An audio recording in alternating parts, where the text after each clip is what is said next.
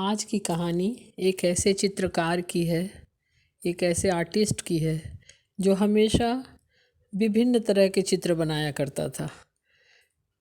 किसी नगर में एक चित्रकार रहता था, तो उसे एक बार उसका मन हुआ कि मैं एक ऐसे सौम्य चेहरे वाले किशोर का, तरुण का चित्र बनाऊं जो बहुत मासूम हो, बहुत भोला हो।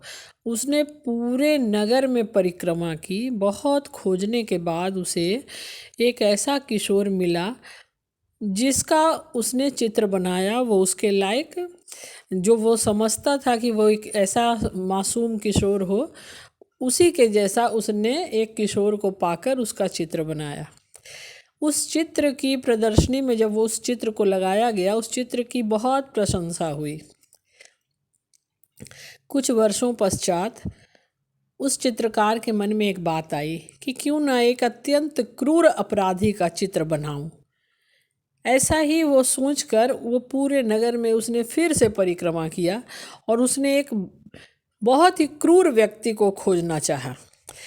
जितने जेल थे, बंदी गृह थे, सब में जाकर उसने घूम घूम कर बहुत दुष्ट आकृति वाला व्यक्ति ढूंढने की कोशिश की।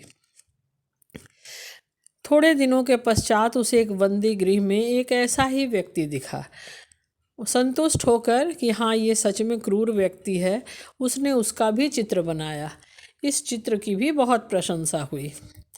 सज्जनता और दुष्टता की झलक दिखाते इन दो परस्पर प्रतिकृतियों का जोड़ा चित्र जगत में बहुत प्रख्यात हुआ, बहुत विख्यात हुआ। उस चित्रकार की बहुत प्रशंसा की गई।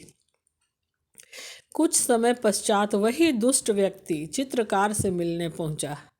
चित्रकार ने उसका परिचय पूछा तो वह बोला, ये दोनों चित्र आपने मेरे ही बनाए हैं। यह सुनकर चित्रकार अवाक रह गया। उसने पूछा, इतना परिवर्तन कैसे हुआ? तुम्हारी सौम्यता क्रूरता में कैसे बदल गई? यह सुनकर उसकी आंखों से आंसू बहने लगे। वो तरुण रोते हुए रुंधे गले से बोला, बुरी संगति से ही मेरी यह दुर्गति हुई है।